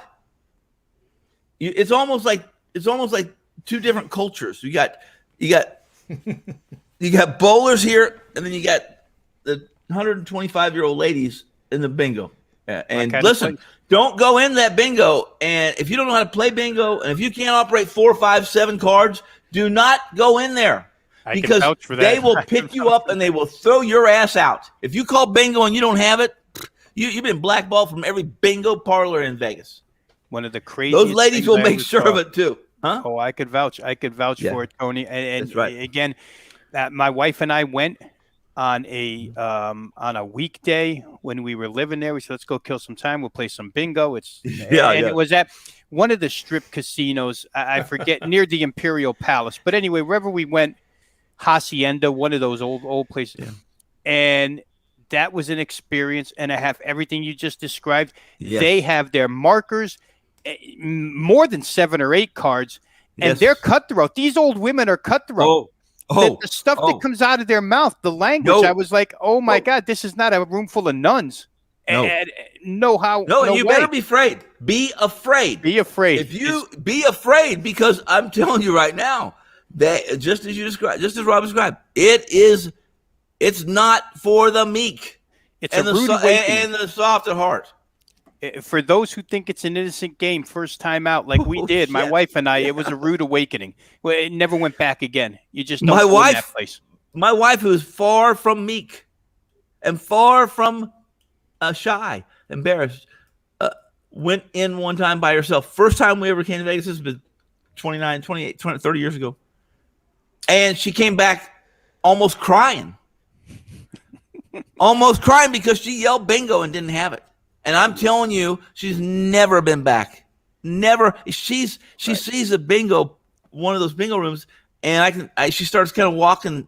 She walks crooked, like she's walking away. Starts get a little shake. It was traumatizing. That's still not as bad as street clothes Anthony Davis. No. You're right. He might get chased out of that place. To tell you the truth, he might get chased out of that place. I mean, we wound up taking up Keno. Keno's a lot easier.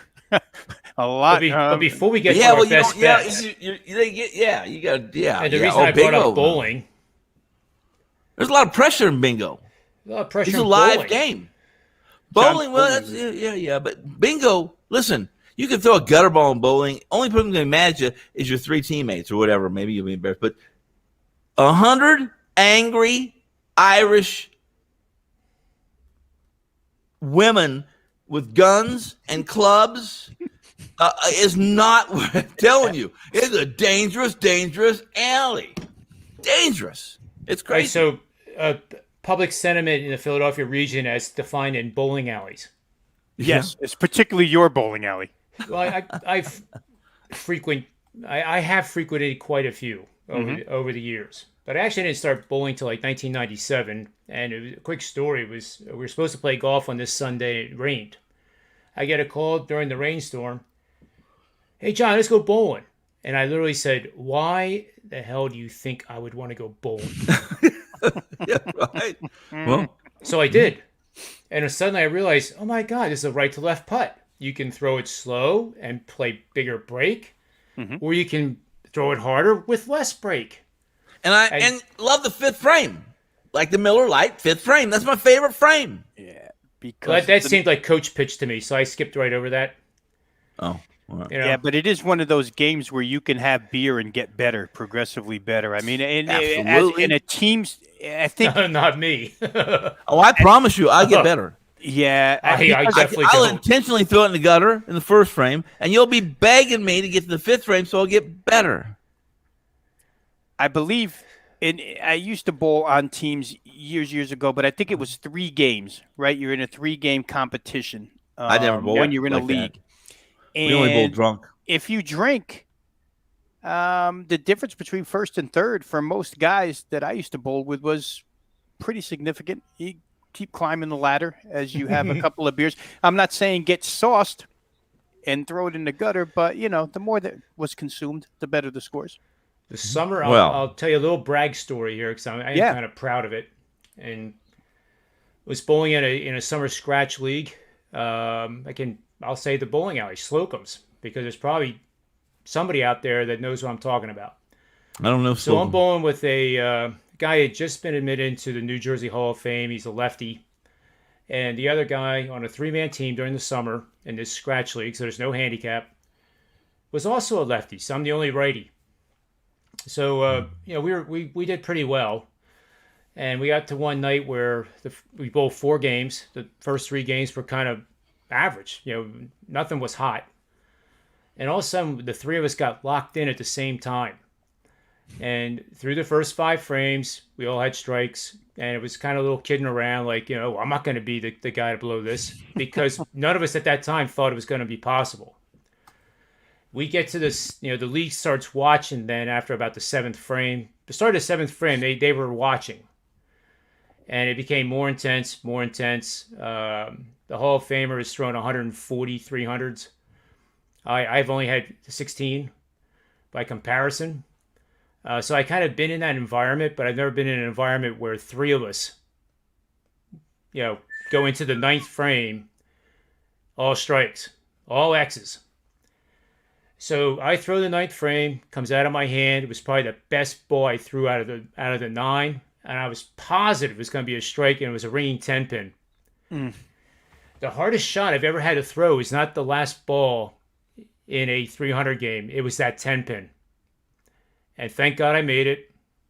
And then we all three struck out in the 10th for 879, which is a New Jersey state record. Wow. That's pretty good stuff. But the anchor was the Hall of Famer, and I bowled second. And when he finished the game and had his 300, the owner, who knows me pretty well, put his arm around me and said, you really screwed me. I would have been famous tomorrow had you not screwed that ninth frame, and Good Morning America would have been here at the bowling alley. Yeah, he was kidding. But still, it was numbing. It was numbing. But to your point about free throw shooting, you can go to the driving range and take a wedge out and start zeroing in on that 100-yard shot, and you get that feel. And you can be practicing at 3 o'clock in the afternoon free throws, and you make 50 in a row. The difference is when it's game time and you get hammered, and then you have to go to the foul line, and you can't really feel your elbow, but you got to shoot a free throw. That's the difference between the really elite and the ones that are still learning. That's my humble opinion on that. And if you've never shot a free throw or a shot on an NBA court, or even an NCAA Division I court where the rim is like a rock, I mean, that rim will not move when that ball hits it. Your shot has to be good, or it's not going to go in. So anyway, thanks for letting me tell my little family story, because we've heard about 60 of Tony, so now I've shared my not necessarily childhood, but I'm not embarrassed to say I'm a bowler. 16 300s is absolutely something to be proud of. Holy Jesus, 16 300s. Well, you guys are starting to get to know me, and I don't do anything half-assed. If I start locking in on something I have a passion on, it's full bore, not at all. So it's fun. It really is. But the sentiment of there's one guy in that league in that summer league that was telling me that Ben Simmons this, Ben Simmons that, and just recently, it was the last night of league actually, he told me his biggest problem, Ben Simmons' biggest problem, and why he can't shoot is his hands are too big. I've heard that before. They said that about Shaquille as well. Are you kidding me? Yeah. I mean, that hardly even makes, I mean, Shaquille's hands were enormous, but Julius Erving was 13 inches from the bottom of his wrist to the top of his middle finger. Right. And he made free throws about 80%. Yeah, no, I'm not saying it can't be done, but I've heard that used as a reason before. Whether you want to, some people would label it reason, some people would label it excuse, one or the other. But yeah, oversized, huge hands I've heard used before as a reason. I guess it makes sense. His hands are enormous. I mean, they're big. And he's tossing around a volleyball. Yeah, there's got to be, like you say, Irving found a way to make free throws. Yep. There's a way to do it. There's definitely a way to do it. Where there's a will, there's a way, right? And there's enough guys that can teach it. But yeah, I have heard that before. Ben. Looks like Tony's checking in with his parole officer. Oh, I forgot we're live. Oh. All right, so this has been a different type of show, but I've enjoyed it very much. He muted himself.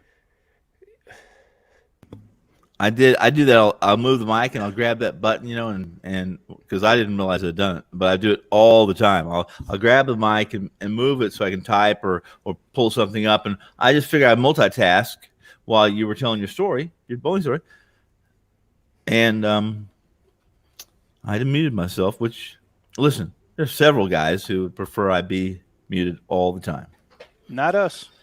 Well, I don't know. Maybe. Well, I mean, don't try to run around your neighborhood naked and muted at the same time. Well,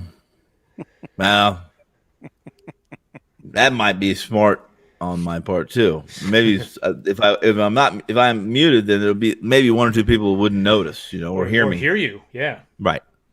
You never want to bring attention to yourself. I have friends that I keep. We don't lock many. There's windows. This time of year is pretty nice. Right now it's beautiful. Let's see. Right now it's 103, but it's really it's a beautiful 103 in the shade in the back. And so I got the door open, and I can hear the neighbors coming 2 houses away. I know when they're coming. And I know the ones that drive. They drive up my quiet little ghetto neighborhood with their stereo. It's shaking the windows, right? I mean, it is. And I tell them, I said, "How old are you, dude?" "What do you mean?" I said, I mean, you're shaking the windows. The bases in the. It's like I'm shocked that you don't have hydraulics on this vehicle of yours, and you're bouncing down the road too. Sounds like we should get the best bets. Yeah, we should. Wow. So we'll just go around the horn and kind of recap. We did break down the Suns-Lakers game pretty good. We can't discuss the Sixers or Hawks unless I can decide that I will. We'll do that over beer tomorrow. Yeah, there you go. I'm coming to the show. Tanked. 20 sheets. Mm-hmm. 20 sheets to the this side of Sunday. The fitted sheet. They fit you with sheets, Tom? Well, you need a publicist. They will. They have, the fitted sheet, the mattress sheet, whatever. They're hard as hell to fold. I know that. You can't fold them. You crumble them in a ball and throw them somewhere. I mean, really, I've seen. Why are you trying to fold that? That's ridiculous. That's ridiculous. We didn't even talk about golf today. Well, that made it a good day. Or Tony's favorite pitcher, Adam Wainwright. I guess that's his best bet tonight. Well, it's funny you bring that up. We don't have time for that story. But I've told you that I will fade him except for when there's certain situations. Like last week, I told you I all over him, right? Immediately, St. Louis scores like 5 runs in the first in that game. Wainwright ended up giving up 4 runs in that game, but I'm a winner in the first inning. Tonight, it's a pretty good matchup for Wainwright again. Really a good matchup. This kid that's pitching, he's pitching against Gutierrez. Do not be fooled. Do not be fooled by what he's done because his career AAA numbers are not. They're not. They don't make him. He's not a prospect. He is an innings eater. They're hoping he eats some innings tonight. So those who are listening, I hate laying. Listen, I hate the thought of laying $140 on Wainwright. But it's a buck. That is a spot. Sounds cheap to me. Well, it's the right price. It's $150. Hey, John, does the database make that a play-on situation? Any team that the game before gave up 11 runs in the first inning, play on them the very next day if they traveled from the West Coast. Well, it's not even back to the East and Coast. Had a McDonald's strawberry shake for lunch that day because that's a big deal. I mean, that 11-run first inning that Carlos, another one of your favorites, Carlos Martinez, right? I had the Dodgers last night. Yeah. Had LA on run line last night and got 11 in the first and figured I was safe. That was quite the. That's the problem. Outburst. That's the problem when you get 11 runs. People, they're human. They had 11 runs. We Who got that? this. St. Louis gave up 11 in the first yesterday. Yeah. To the Dodgers. Cody Bellinger had 6 RBIs in the first inning.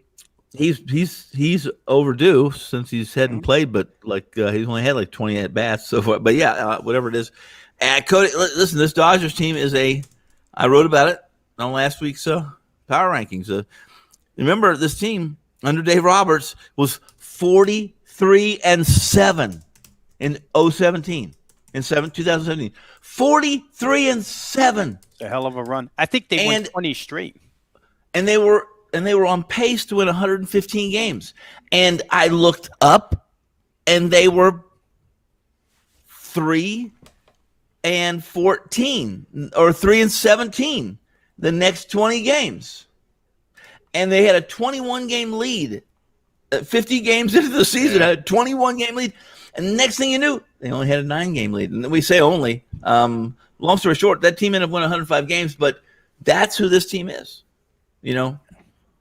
Can't manage his way out of a paper bag, Tone. He cannot. He's the worst situational manager in the history of situational managers, whatever that means. He's at least one batter late. He won't. Jansen least. should not be this closer. Look, don't pay attention to his ERA right now. Don't pay attention to what he's done. He is not Jansen of 2018, 2017, 2019. Not close. Not even close. 3 miles an hour less on a fastball. That's hittable. But you see, he believe it or not, Dave Roberts is from that. He's from that. You look at this Dodgers; they have runners on first and second. They got a 1-run lead, 7th inning. They're so skilled. They won't. They don't try to move runners. Bunting is basically giving away an out, and they don't do it. They swing for the fences.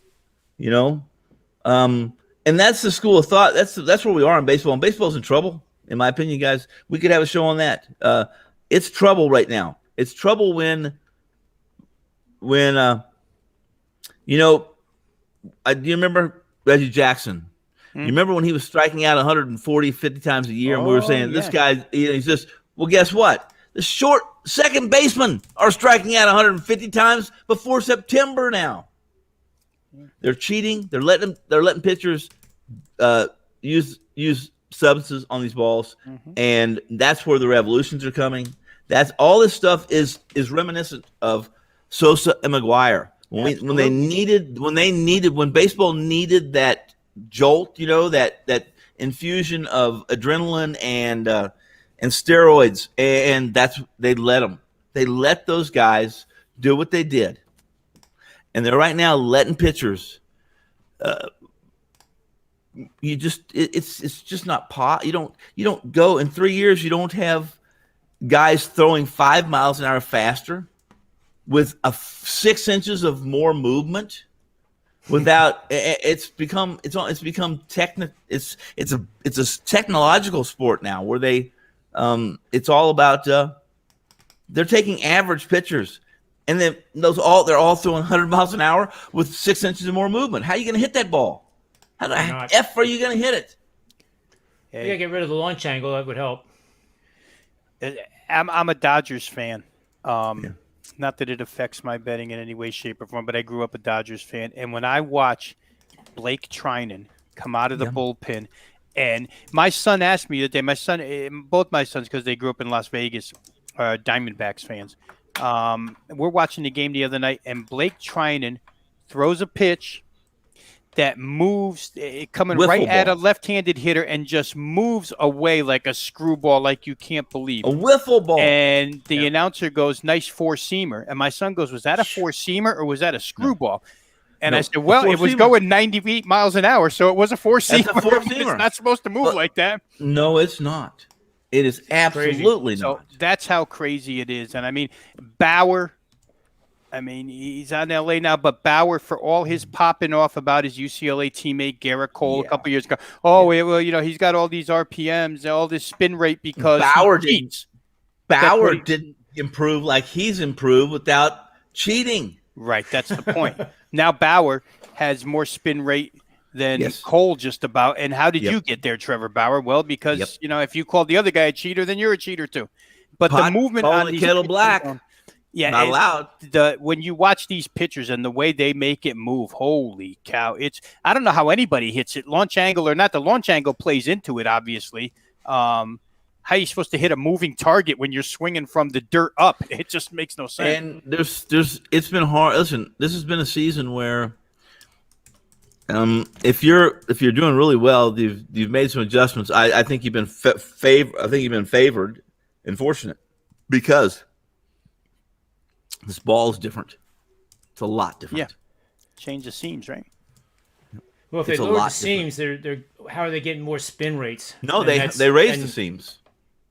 They raise the seams, which has helped with velocity and helped with spin rate too. But it's softer. The exit velocity off a bat is still pretty much in line with what the last 2 years have been. However, the ball's traveling 5 feet shorter. Why? Part of it's the friction. Part of it's friction off seams raised. There's a lot of reasons why, but they won't tell us. Yeah, that's the part I don't like. They own Rawlings. Rawlings makes the baseballs, so they're going to tell us what they want to tell us. Yeah, because I think they're afraid to tell some people because they'll figure out what to do to make it go farther, et cetera, et cetera. And they have quality control too. They make hundreds of thousands of baseballs, and they're all the same. Yes, yes. They take balls off. They're checking. They're saying they're talking properly. If they think a pitcher is using a substance, they're taking the balls and sending them to the league. They're checking them out every night. Yeah. But you see, baseball doesn't need they don't need drama and controversy right now. They have plenty of that. They need home runs. They need strikeouts, and that's what they're getting. Yeah, by comparison, NFL only had one time where they had to check the balls. Yeah, that's because Tom Brady pissed on them or something, and they lost. They lost. And then they reflated him, and he scored. He outscored the Colts. 42-3 in the second half. Yeah. That's Rob Manfred calling to tell you not to give away. I don't know who it is because it's funny is my phone's not on, but it's ringing. So this is one of those Las Vegas things I can't explain. Mm-hmm. Oh, I'll tell you what it is. It's my other phone. That's what the problem is, Tony. Wow, I haven't had enough tequila yet. Oh, you know who that is? That is a buddy out in your area, out in West Virginia. I talk to him once a month or something. He calls and he says, "Who do you like in this baseball game 2 weeks from Saturday?" And I say, "Tony." His name's Tony too. And I say, and so I don't even try to explain it to him. I just tell him who I like. Oh man! So let's go real quick around the horn here. I'll go last. You don't have to do much substance behind the best bet, just so that we continue our winning ways on this show, which I've been recording them. And as a team, we are doing pretty well. So let's keep it up. Oh, 3 picks? Yeah. I was going to go with. I thought I said Rob first, but you can go first. No, I'm not going to. I'm going to let Rob go. I'm so excited to hear what Rob has to say. Rob, are we doing baseball or are we doing basketball? Either one? You can do whatever you want. Yeah, there's only 2 basketball games, so I'm going to do baseball. I'm listening, Rob. Go. All right, so I'll deviate from what I said on NBA Tip-Off Show. I gave out a play there. I'll give out another play that we talked about on the show, and we didn't talk about the game here, but I'll roll with Portland first half. They're -3. Again, John, I've used the same philosophy a couple nights in a row, one successful, one unsuccessful. But to me, Portland's in a do or die situation. Either you win this game or you go home. And in this particular series, it's worked. And this is going to be the one more time. Oh, this is the Portland game tonight? Yeah, Portland -3 first half. Now, 2 games ago, when Portland was down 2-1 and came home, I played Portland first half -2.5. They won by 11. And then the last game earlier this week, John, you remember we used Denver -1 in the first half, and they made us fight, but we got there. And I'm going to come right back to it in this series. I'm going to come right back to Portland first half here in a do-or-die situation. Feel like, at home, again, the role players in playoff series at home. The last time Portland was home here 2 games ago, Norman Powell was the guy who went off, 29 points. So I expect somebody in that realm, either Carmelo Anthony, Norman Powell, one of those guys to help out here with Lillard and McCollum and get the job done in the first half.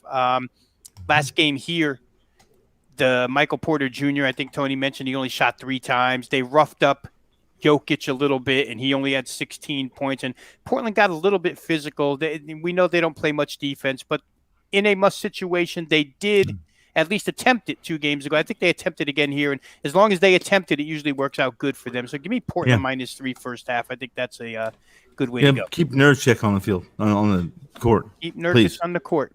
Yeah. Portland -3 first half. Mm-hmm.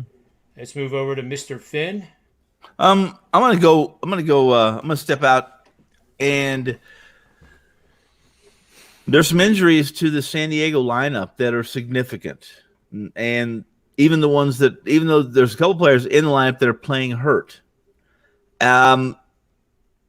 Darvish going for the Padres tonight, and he's been really good. His last start was his worst start.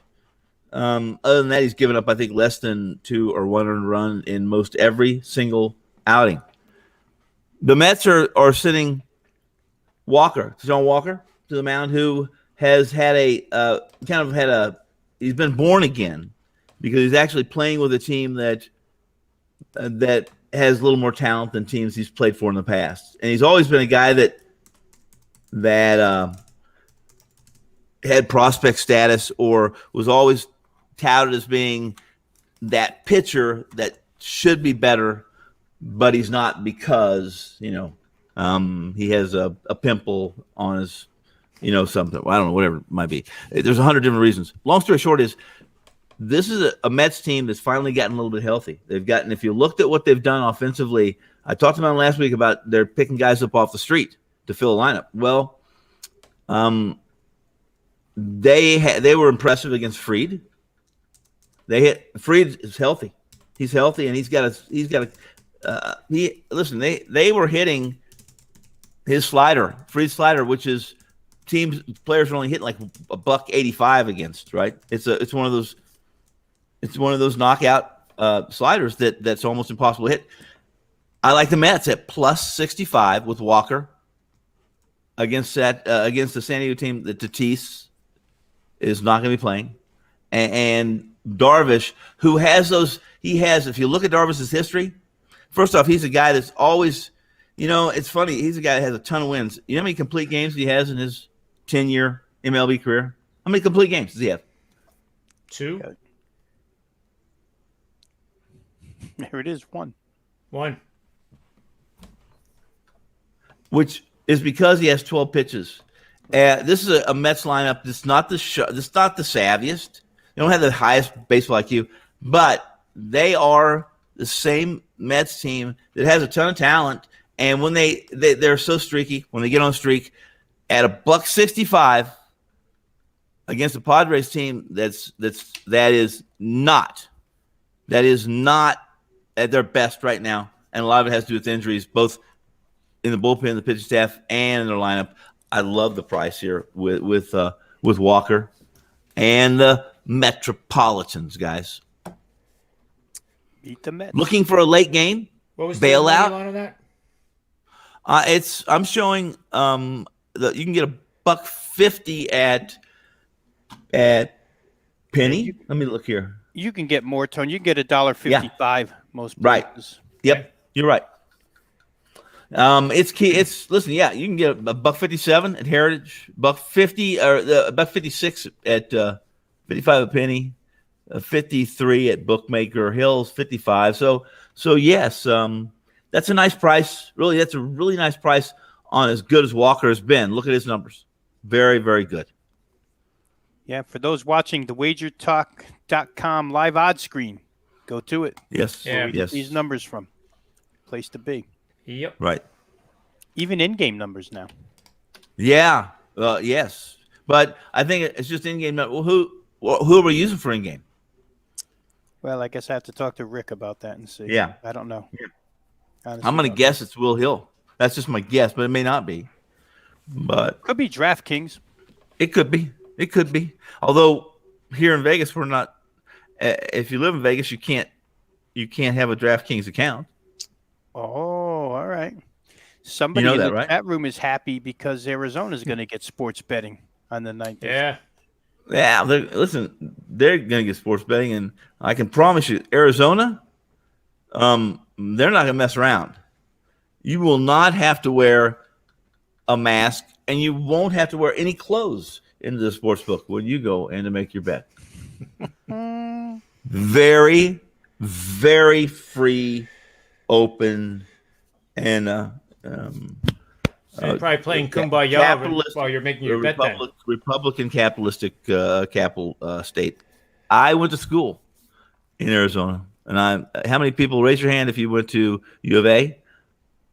Go ahead and punch those people who have their hands in the air if you went to ASU. Just kidding, guys. Yeah. Go ahead. Yeah.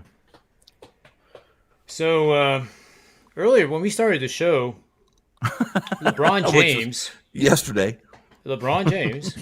Yeah. was listed as 30.5 points plus 105 to the over. It's now moved to 29.5 minus 113, and I'm looking at the DraftKings. What's that tell you? What's that mean to you? Anthony Davis is playing. That's what that would mean, and that's why. Is that what it means? Do you think it means Anthony Davis is playing? Well, I don't know Well, if one LeBron's point makes a total difference. goes down. Well, here's the deal. If Anthony Davis is playing, why hasn't the line moved? Well, it's the counter to it, but Well, why did a player drop a point? That's a good question, Tom. But do you correlate props to the actual line and total? No, I would say this. Here's the way it went down. It might be going down because there may be at DraftKings there may be a large number of LeBron haters that have played the under, and they're trying to get somebody to play the damn over on that number. Yep. No, that could very well be. I mean, has he scored 30 in a game in this series, guys? I had the numbers in front of me. I'd have to. I can pull it up. I can pull it up. But I'm looking at the Darvish numbers right now, just for the shits and grins. Let me pull it up for you. It looks. I got 24. L. James. I got 25. Game 3, 21. Game 2, 23. Guys, he hasn't come close in this series. 18. I think the biggest number I read. Listen, I don't think I've said this. I don't.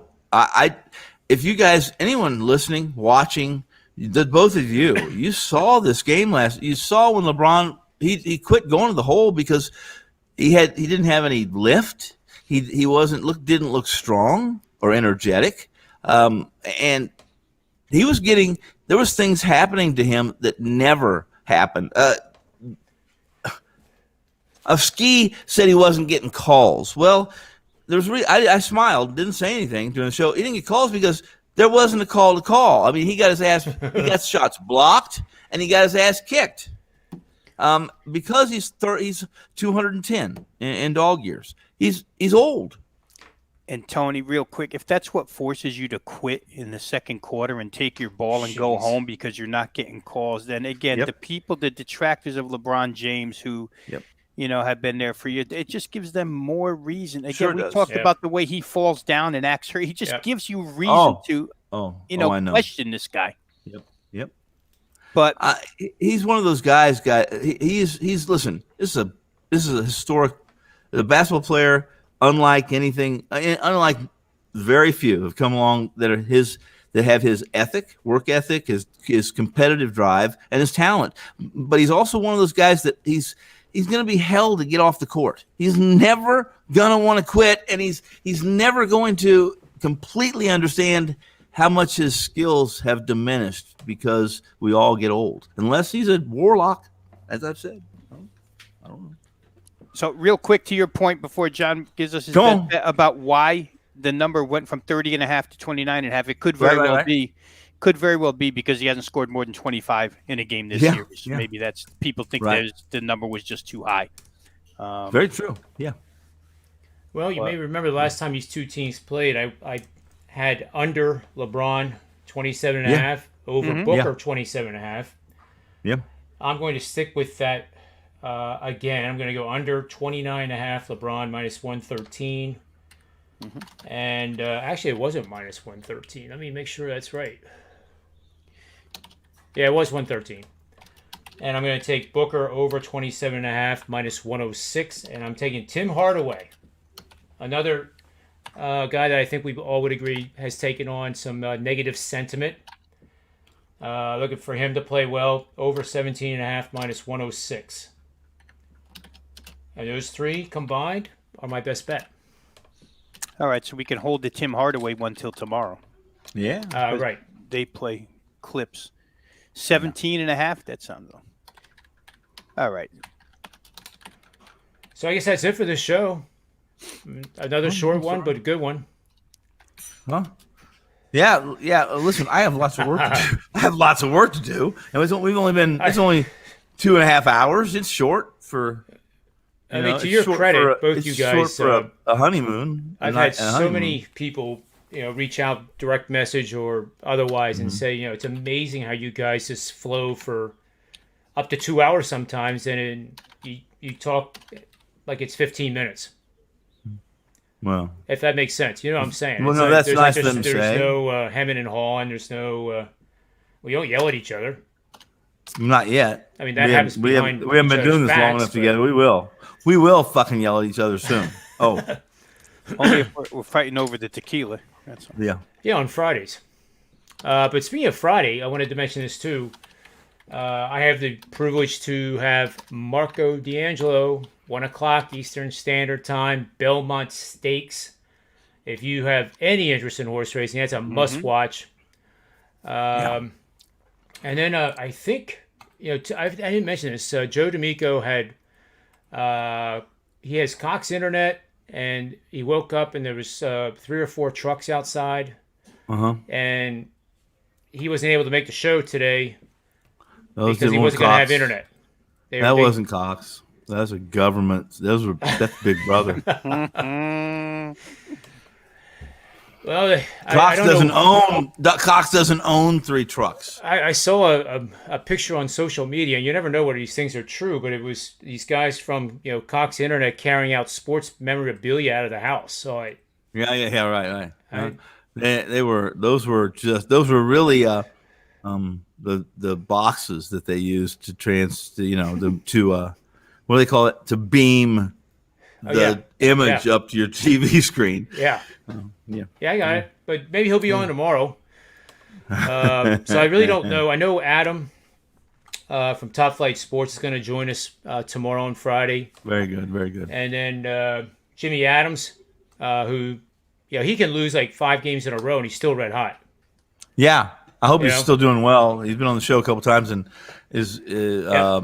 I'm certain we've screwed him up some degree somehow. Yeah, I think he's 29-6 now. Yeah, we've screwed him up. We love that guy. But, love having you guys on the show, and let's all have a really profitable evening tonight. Yeah, so on behalf of my 2 good buddies here and co-hosts, sidekicks, whatever you want to call them, Rob Vino, Tony Finn, myself, and the support and power from sportsmemo.com and wagertalk.com, may all the wins be yours.